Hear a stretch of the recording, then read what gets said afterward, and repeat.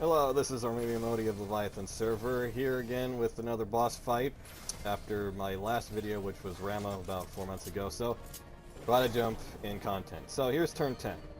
It is a giant coral. His name is I'm Do Good. I don't even know how you pronounce it, so well, let's go with that.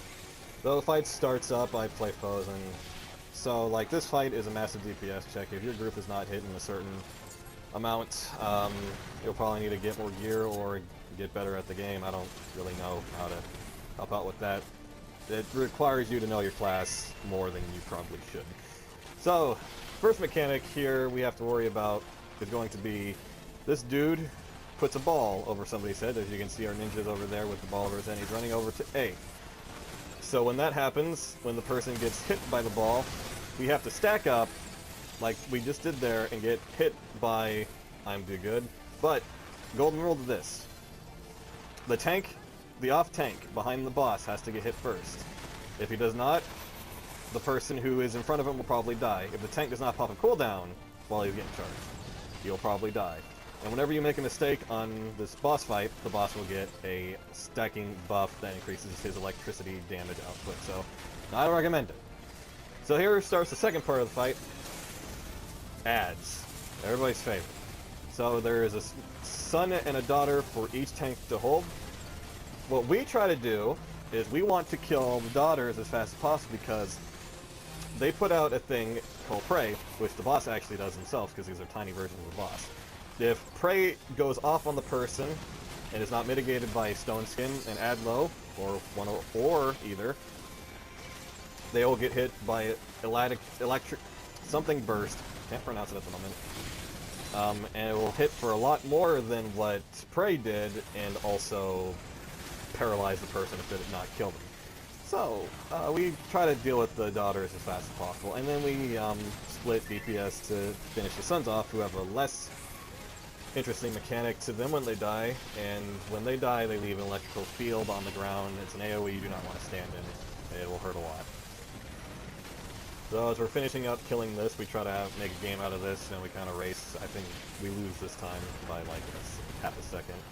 I don't get a lot of fucks. So, yeah, we lost by like half a second. So now what we do is we gotta just wait for the boss to finish his charging thing, where you can actually see he was at 5 when we finished. The faster you do this, the less you'll actually charge up. So the higher DPS, the less damage you're going to output when he's doing this part. And I might add, while he's doing nothing and you are ranged, or if you just want to do little extra DPS, you don't want to put out a poison pot. Poison pot helps out a lot. It's free damage. Okay, so the second mechanic here coming out, called Heat Lightning. Heat Lightning will hit about 3 people in the group, and will put a vulnerability debuff on them, which means they will take more damage. So you want to spread out for that. Don't want to get hit. Want more people to get hit than they need to be. So spread out, and Heat Lightning will come into play later, because since it puts on a vulnerability debuff, it limits the amount of people available to get ready for Wild Charge, as we're about to see right now. I stack on A to get ready to be charged, and then the people who realize that they don't have the vulnerability debuff have to stack in front of me and then save my life. Which, that's how you do it right there. Successful. So this goes on for about till 54%. 54% will happen, and he will call out more ads, as we will see later, but for now we are just kind of beating up the boss as fast as possible. And as you can notice, like, the rings that are kind of creeping up on us, about every minute or 30 or so, those rings will start closing in on us, and it will do an AoE damage, and it does about like 1,100 if you stand in it for about 3 seconds. It's 3 seconds per tick. So yeah, you just don't wanna get near that. But it's eventually unavoidable. People are gonna get knocked into it, as of course the ring is gonna close up. So we get ready. We almost passed this wild charge. We're percent off. But it doesn't matter, we get it right, and then the boss gets ready for more charging, and we get to do more extra damage on him before he gets invincible. So the second set of ads comes out. We let the Black Mage limit break because, secret, there is a third set of ads that come out during the second set of ads. So there's going to be this group, and then one more pair that the main tank has to pick up. We have to kill the main tanks first, so the main tank can get ready to pick up the second set, because if these adds get close to each other, they will tether together and they will get damage buffs, and they will do about as much damage as the boss himself. It's not recommended. I wouldn't recommend it. You can't do that. So now we're finishing off the off tanks. As you can see, like, TP is a big issue for me here. I have not actually gotten to the point where I've had it set, because this is technically our first down, so a lot of butterflies swimming around, but yeah, you still gotta go on. You can't screw up. So, yeah, those electrical fields you don't want to stand in. I try to reposition myself for the next part of the fight, because I usually stand in the back right, but there was electric field there, and I didn't really want to position yet, because it'll go away eventually, which it did. I'll just do it later.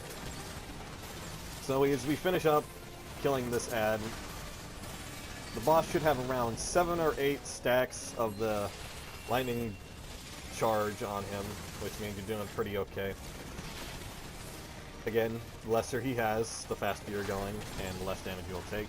Put a poison pot on him for extra damage, and then start going to town on him as we get ready for the last phase of the fight. Really just want to get as much damage on him as possible. He's not trying to kill you.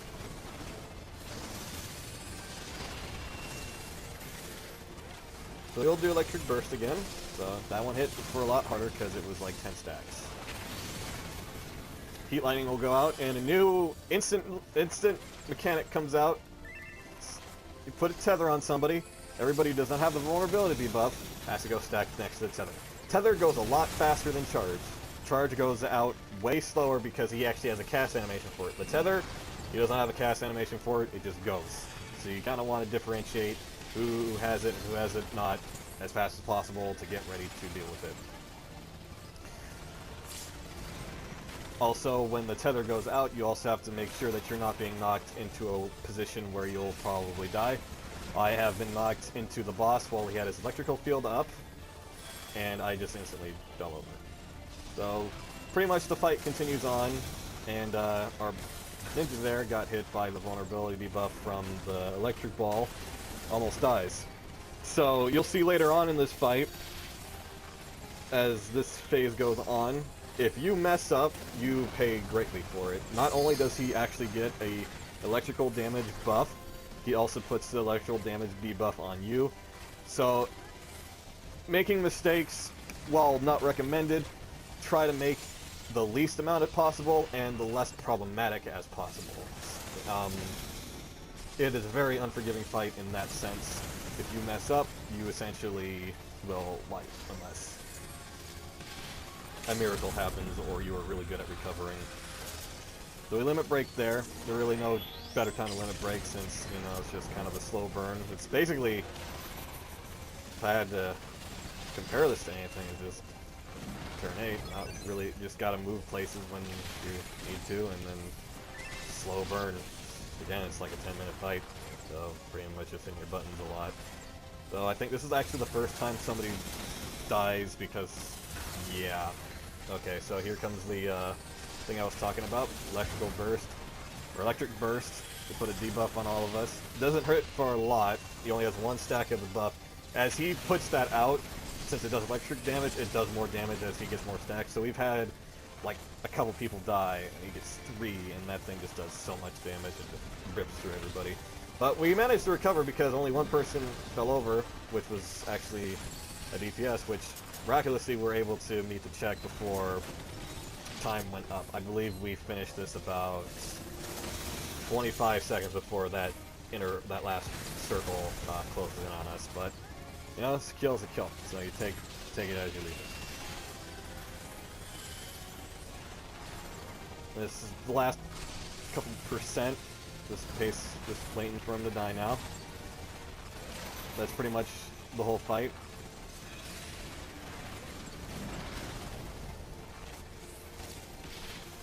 Yep, pretty much the whole fight there. Doesn't do anything extra. I mean, like, I could tell you the rotation that he actually does, because, as you can see, he actually can do Tether and Wild Charge instead of just doing Heat Lightning and Tether or Charge, which is the one that's been messing us up a lot, because, the timing on when everybody has to be places is very spot on, and people's gotta move. Just pray that you don't get that one. So, anyway, yeah, he's dead. We get loot. That's how raid works. Kill boss, get rewarded. We got a caster head and a healer head. Spoilers, I didn't even open the chest yet. Sorry. I ruined it for everybody. So yeah, that's turn 10. And that's another video. This has been me a Modi from the Leviathan server. And I am sounding very uninterested at this, but I was very interested. Just really hard to fit in 11 minutes of commentary over this. See, I'm totally reaching now. But, you know, it would have been dry. I'd dry like a couple 10 minutes if I didn't do it. And I had the option to, so. I will see you guys in the future for a possible boss downing, so, you know, you mess up, but you never give up, you never surrender, you believe it, you achieve it, live long and prosper. I'm out. Mecha Hydra.